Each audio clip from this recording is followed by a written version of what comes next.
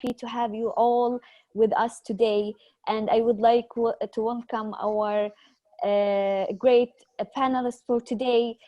First, we have Zeina Jad'an from UNHCR Education Officer, and we have Adnan Shibli, sorry Adnan, Adnan Shibli as a current student, and we have Fadi Ajawabre as a current student also.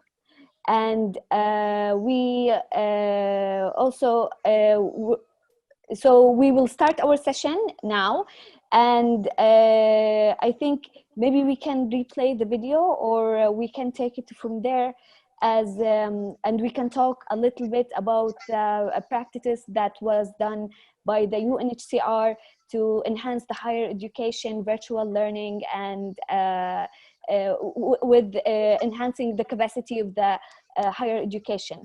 And Zeina, as you mentioned in your introduction in the previous video, maybe we should show the video, right?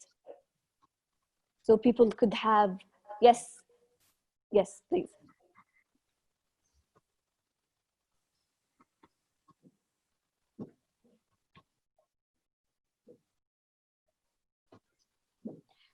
There is no voice, right, for the video?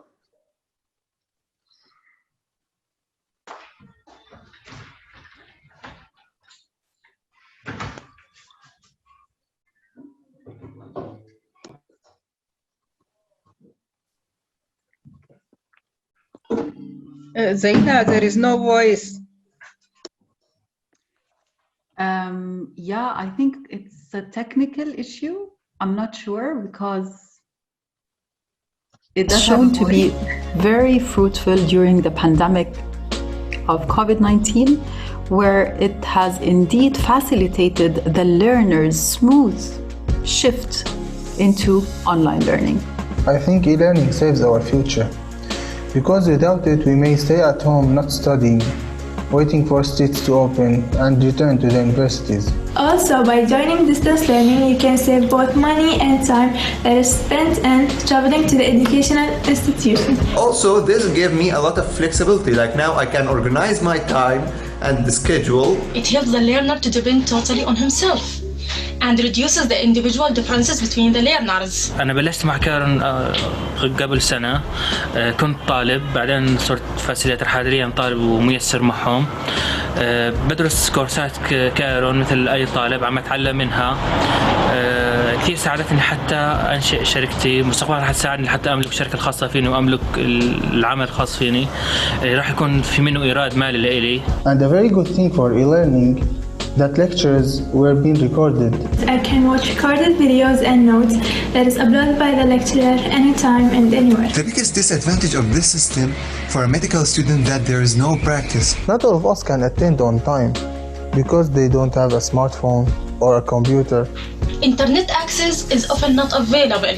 During the unexpected moment, students are out of schools, but that doesn't mean education is on hold. Our universities made a good thing by making online lectures. In this way, they save us. Because without that, we may lose this semester and re-enter it again.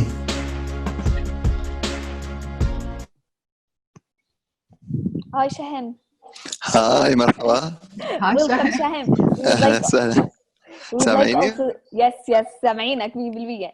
We would like also to welcome Shahem, a DAFI student who will be joining our panelists today also.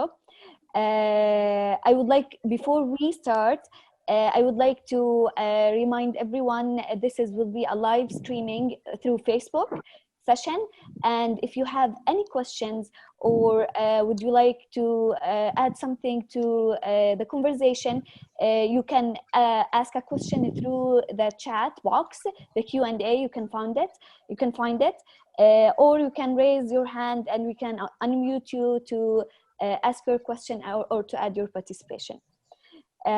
And after we watched the video, Zeina, I would like to ask you, as you mentioned in the introduction, that there was some really fruitful results for the collaboration of UNHCR with the Ministry of Higher Education. Can you tell us more about the work that has been done and the fruitful results that have been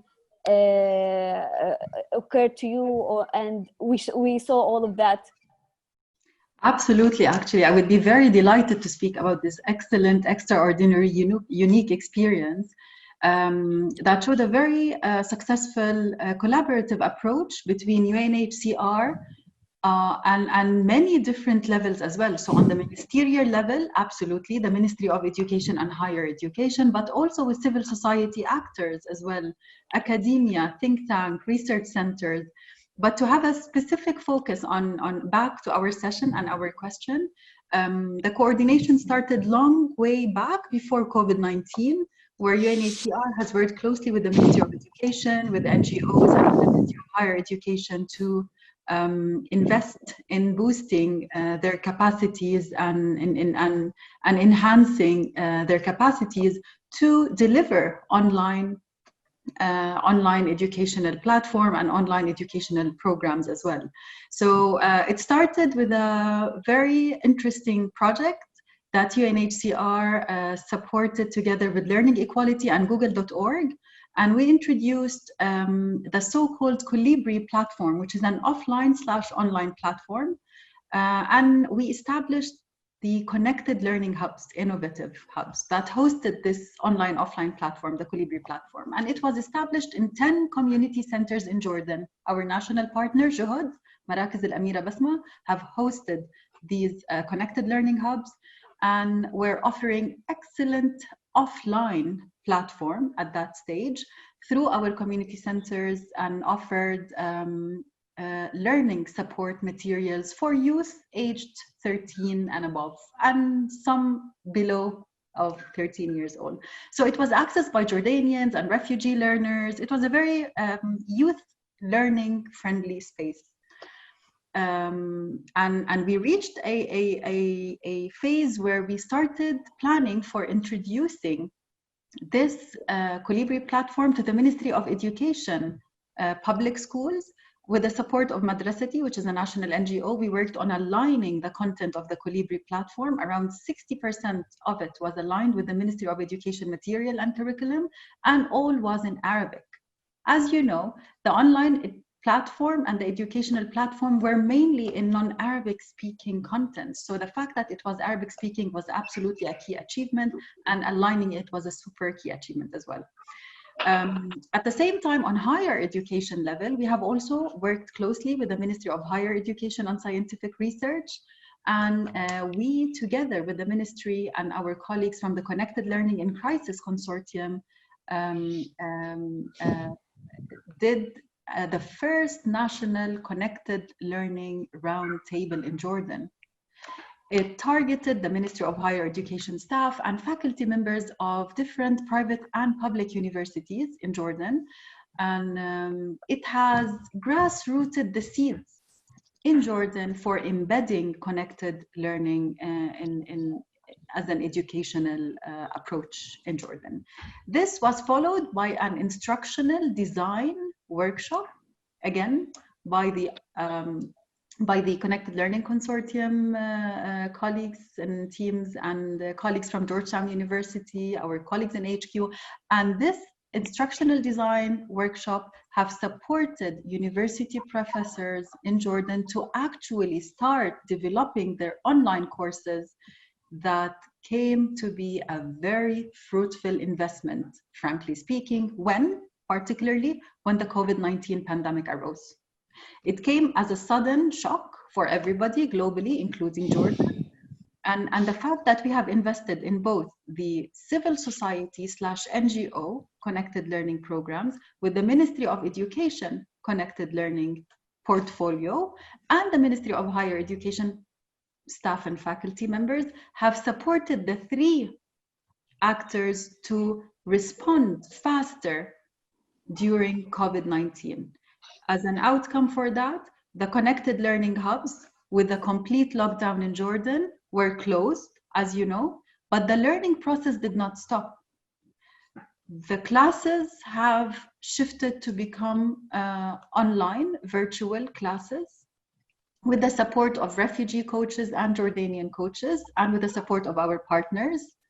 They were accessed by more than 4,000 learners during the pandemic as a learning support for the online televised official platform in Jordan. The Ministry of Education has also adopted the Colibri platform and hosted it on its Noor Space platform, which is the online educational platform that the ministry focused on and relied on during the pandemic. On the higher education level, the faculty members, as I explained earlier, managed to actually develop their courses online. The ministry has also developed around 40,000 online subjects that were uploaded on the Ministry of Higher Education online platform, in addition, of course, to the continuity of the capacity building that we ensured that it continues to take place with the Connected Learning Consortium and the IDL team, where we managed over 5 weeks to provide trainings and capacity building on online education, online teaching, and instructional design, all virtually, to support the capacities of the Ministry of Education and university faculties. There's a lot more to talk about, of course, but I am aware of the time limitation, so I will give the floor for my colleagues and for the students. As I can also assure you and highlight, there were many challenges, to be objective and factual, and I think our students will speak more about that. Yet one final note, it's okay. We all try to look at the full half of the cup, and wherever we identify challenges, we are ensuring to maintain a collaborative approach, as it is a shared responsibility, as always highlighted in the Global Refugee Forum, the Global Compact on Refugees, is that we will continue identifying ways to provide the needed and the required support to the national educational systems through a shared responsibility approach and through a collaboration with national and international organizations and private sector and civil society to fill those gaps and to respond to the challenges. So thank you very much for listening, and over to you, Reem, and to the colleagues. Thanks. Thank you, Zaina, and thank you for the great information and introduction. And I think we have seen the great effect of the work that have been done and the great collaboration. And maybe now we can hear from maybe Shahem. You can tell us more about your experience as a student who's studying in the higher education level, and you had to shift from offline to online. How was your experience? Can you tell us more? Okay. First of all, thank you for inviting me here today. And of course, thanks for the UNHCR for all the supports they are doing for providing education even in this pandemic. So in my situation, I guess it's different. Let me tell you that I study medicine in Al Hashemite University, and for a medical student, it's hard to just practice online without going to meet real patients and to deal with in a hospital, you know. But my university already did a Facebook group. They were trying to provide what they can do, but it wasn't actually really helpful at this level because only theoretical material won't help me to continue where I stopped. So I tried to start searching for other material, trying to watch videos that show me the real experience.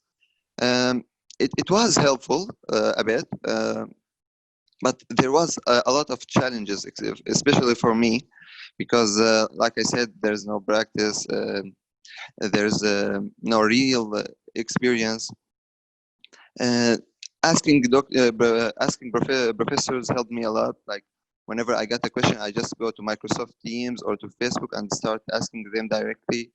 This was helpful a lot. Like if there's something I didn't understand, they are always online for me. They did a bit of live Facebook videos where there's discussions. We can talk with each other, ask them. They can try to provide an information with the best they can. I talked with a lot of colleagues, in other specialties or in other universities. Actually, they said it was a good experience for them. They actually saved a lot of time, of effort, transportation from their university. This was great. I think this is a positive part of online education. That's for me. I think I can't speak, especially for my experience alone. I need to speak about all the students' experience because I talked with them. Yeah. So they said it was good in this part. They also can chat. They can save time a lot. But the point of practice, I don't think there's a solution for it and need an improvement. Maybe a combination between online and the practice would be more helpful for a student like me who is dependent on practice a lot. Yeah. Yes. Thank you, Shahem. Thank you for Thank your insights, because I think your experience is unique. It's different from other students that we have encountered, because you're studying medicine and you need the practice. So thank Exactly. you for your input, and I want to come back to you after we ask Fadi about his own experience. How was, Fadi, your experience? Hello, so happy because I am part with you. I will talk in Arabic language. رح أحكي بالعربية. أول شيء يعني أنا كان عندي تجربة نوعا ما، تجربة بالجامعة وتجربة أونلاين. الأونلاين في كتير شغلات مميزة. أول شيء فيني أختار الوقت اللي بيناسبني. كمان فيني أختار نوع الكورس اللي بدي أدرسه. كمان أكثر شيء هو متنوع. يعني لو مثلا أنا الفترة الماضية درست شيء إنه كيف أعمل مدونة، كيف أربطها لحتى أحولها لشيء خاص فيني. لقيت كثير ناس بتعطي هذا الشيء. اخترت أكثر حدا قريب لإلي، أو خلينا نحكي ليرن ستايل يشبهني، فدرست بالطريقة اللي أنا بحبها. ممكن أختار اليوتيوب. أنا بحب اليوتيوب أكثر شيء أدرس عليه وأتعلم منه. تقريبا عندي كل يوم ساعة هاي لليوتيوب مخصصة بتعلم عليها أمور لها علاقة بالتكنيكال. أنا دارس بزنس الآن، فبحب أطور حالي بهذاك المكان. التجربة كثير حلوة. كمان أي مشكلة بتواجهني فيني بس أكتب اسم المشكلة وأطلعها بسرعة، ما في داعي لكتب ومراجع ومصادر تأخذ وقت كثير مني. كمان مثل ما حكى الترانسبورتيشن أو المواصلات فيني أوفر وقت كثير فيها مع الأزمة.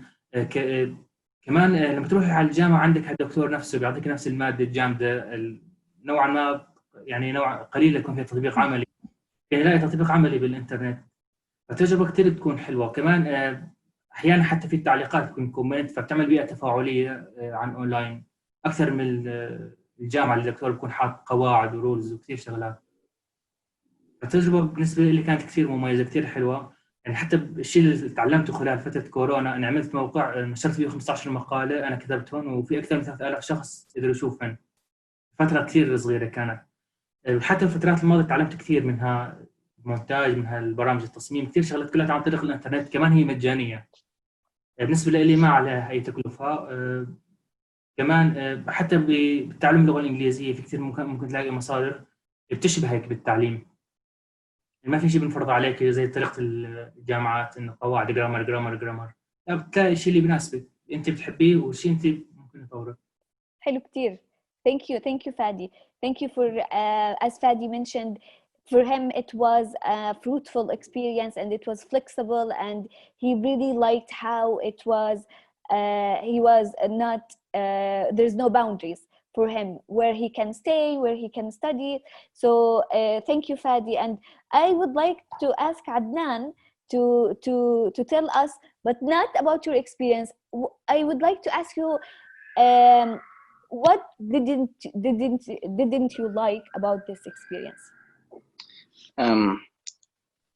I like everything at all, but the first thing I don't like the loss of the communication between the students and the teacher. You must wait for send email for him and repeat the emails. That is the bad thing in online teaching.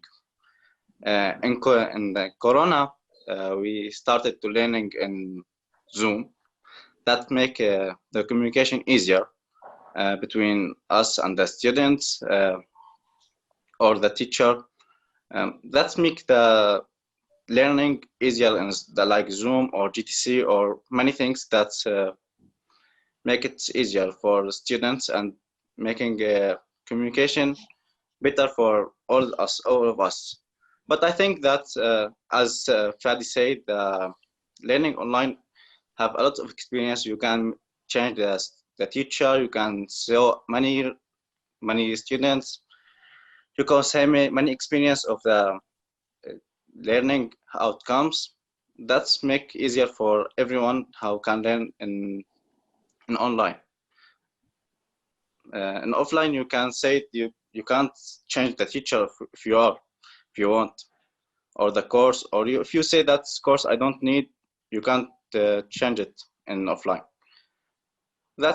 I think that's the best thing of online teaching. Yes, thank you, Adnan. Thank you also for your input, because also I think as much as it was a great experience for a lot of students, it had some downfalls where we can see that, as Adnan said, that maybe the communication between the teacher and the students, it could be limited to somehow, and you cannot get the immediate answer that you're looking for. Thank you, Adnan. I also, because we're working online, or everyone is working online right now, I didn't see that, because maybe all of us we're working on in the same space, so you don't see it. Thank you for highlighting that. And maybe Zena, you can tell us about the challenges that you have heard from the students in general that they have faced. Sure, absolutely. Actually, we've been working very closely with the refugee learners specifically, and some of the Jordanian learners as well. And we did, and maybe Shahan recalls, we did a survey for DAFI students specifically, they're around 400 to 500 students, to be able to identify accurately what are the key challenges. As all the colleagues have just mentioned, it was mainly related to some internet connectivity challenges. Some had better connectivity, some had less connectivity, some did not have connectivity at all. Some found it a little bit expensive to keep recharging their internet bundles as well. So it's related to some financial burdens and financial constraints. And of course, we have to take into consideration the camp situation and the urban situation, where it might be stronger in some urban areas and less accessible in some camp locations as well. So internet connectivity was absolutely one of the key reasons. The second one is the equipment. It's very difficult. It's true that most of the learners do have smartphones, but it's very difficult to access a lecture or an educational content through a smartphone screen. And it's very difficult. Of course, taking into consideration that some of them did not even have any equipment at all, neither a phone nor a tablet nor a laptop or anything. Those two were the key, had the highest rates of challenges. Some of them have some interrupted communication with the university professors, also again because of the internet connectivity, and again the financial economic burden and the financial economic situation for some of the refugees came across as a key issue and a key problem, again to reboost their internet bundles. Those came as the most critical problems by our refugee learners. But what was interesting to see, once those problems were addressed, it was interesting to see the response to those problems, which was quite promising, whether by the civil society or the government, or the coordinated approach between the government and the private sector and the civil society. An example for that, the Ministry of Higher Education and the Ministry of Education had intensified their communication with the telecommunication companies. Based on that, the Ministry of Education online platform was accessed by learners for free, like free of charge access for this online platform, for example, and same applies for the higher education and scientific research ministry. So university students managed to access the higher education platform free of charge as well. On another note, there were many donors who expressed interest in supporting education sector and the learners specifically with boosting their internet connectivity and with providing them with equipment as well. Maybe it takes usually a little bit longer time, you know, to finalize the bureaucratic agreements, to be able to get those equipment, etc. Yet it is happening. Some of them manage to automatically distribute those equipments, and others are still working and finalizing some of the bureaucracies, and more support will be coming into students to be able to enable them to be ready for the summer semester. For the fall semester, we hope that everybody will go back to university and life goes back to normal, but in case, at least to make sure that the preventive measures and quite a response mechanism is put in place.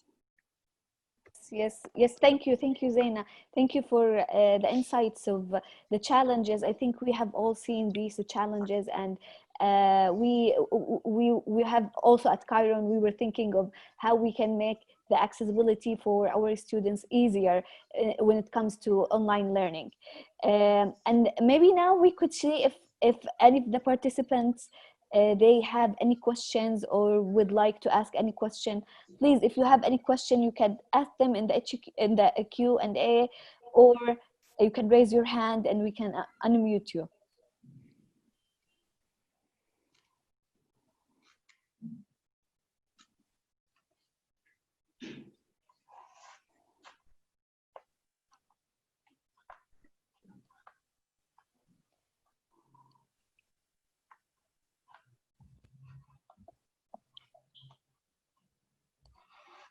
I guess we don't have a lot of questions right now from people, but maybe we could also talk to Shahem and Fadi and Adnan a little bit more about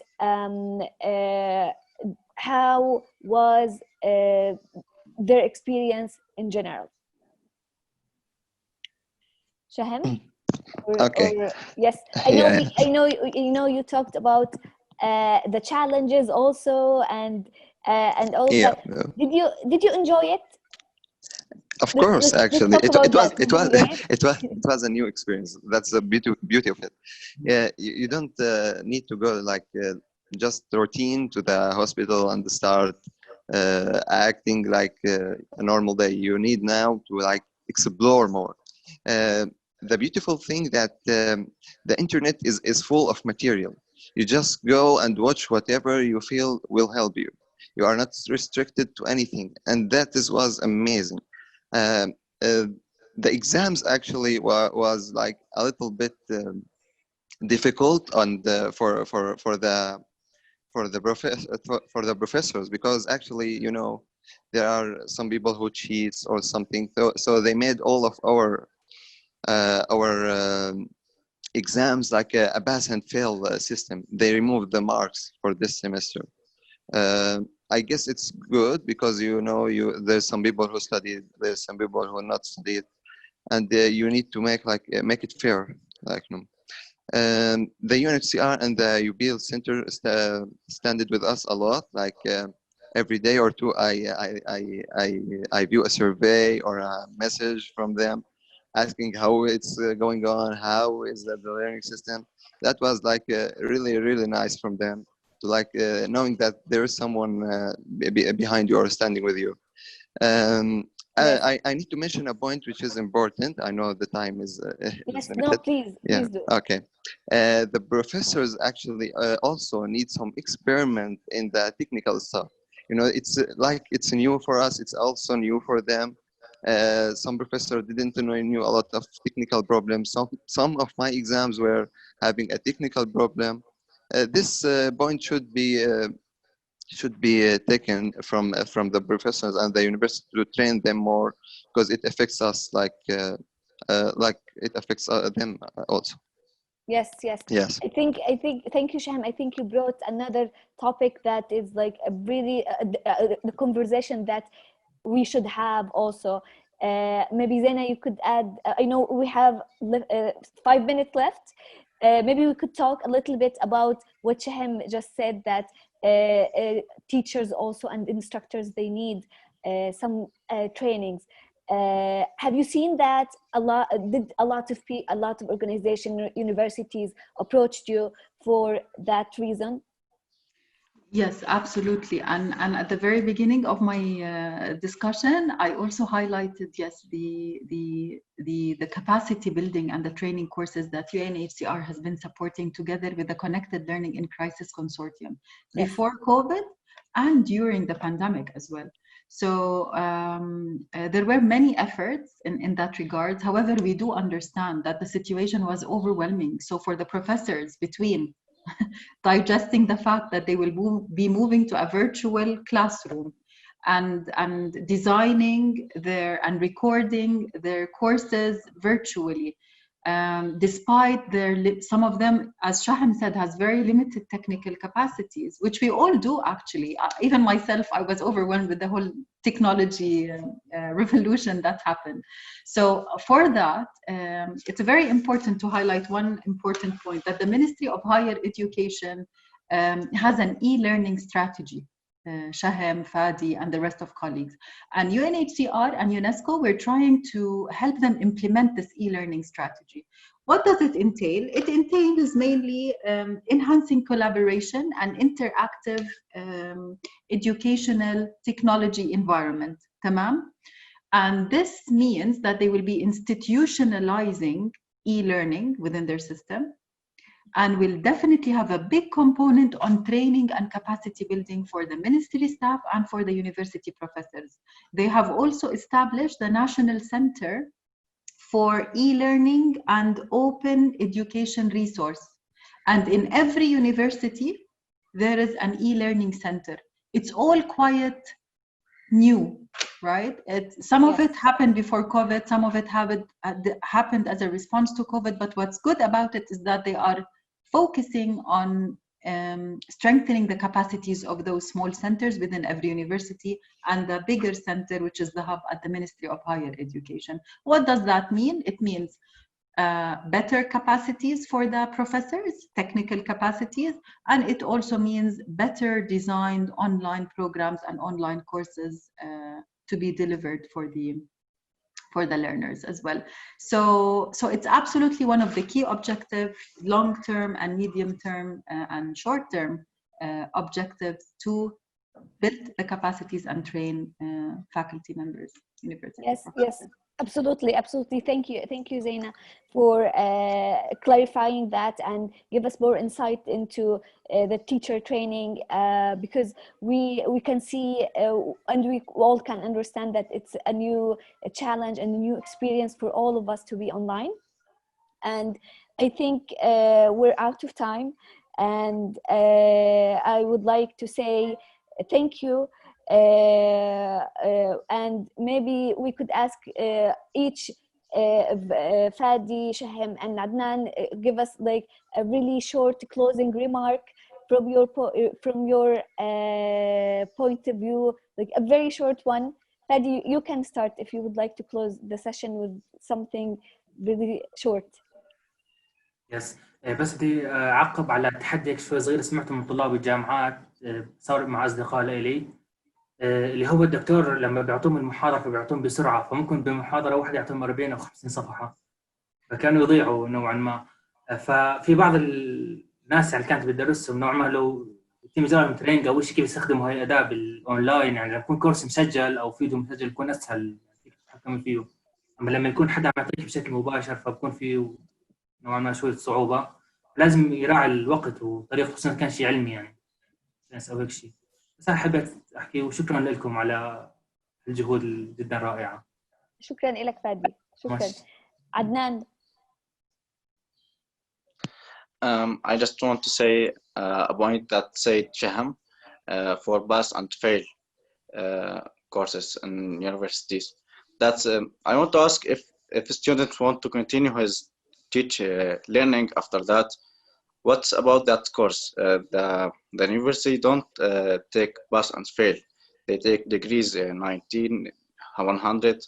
What about that? If we want to continue our study for master or for ever what we want.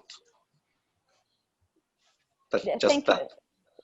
Thank you, Adnan. Thank you for asking this question. And I think we can maybe talk about it. We're running out of time, but maybe we can connect and talk about it more. Shahem, can you tell us a closing remark from your side? Of course. Okay, seeing that the UNHCR, the Higher Ministry of Education, the Chiron, and everyone, even the students, are trying hard to deliver the best education for the students is really amazing. Something to see in these difficult times. And I hope in the future the online learning solves a lot of problems if it was built good. I hope all the challenges are fixed. We are we head to a system that works for all and solves a lot of problems. Thank you a lot. Thank you, Shahem. And Zaina, if you would like to say a last remark, that would be great, so we can close the session. Sure, thank you very much, Reem. Actually, one closing statement is that without you guys, we can't move forward. We need your contributions, we need your participation, we need your feedback, and we need you to help us in designing our responses. So please keep up the great work. And again, it's a shared responsibility on each one of us as learners, as NGOs, as government, as civil society. Thank you very much, Reem, and thank you for the colleagues. Thank you all. I would like to thank all of the panelists that we have, and thank you for your amazing insights and your sharing your experience. It was a very fruitful conversation, and I would like to thank the participant who participated with us. And have a nice day, everyone. And hopefully we can bring the conversation to a bigger space in the future. Thank you very much. Thank you. Thank you.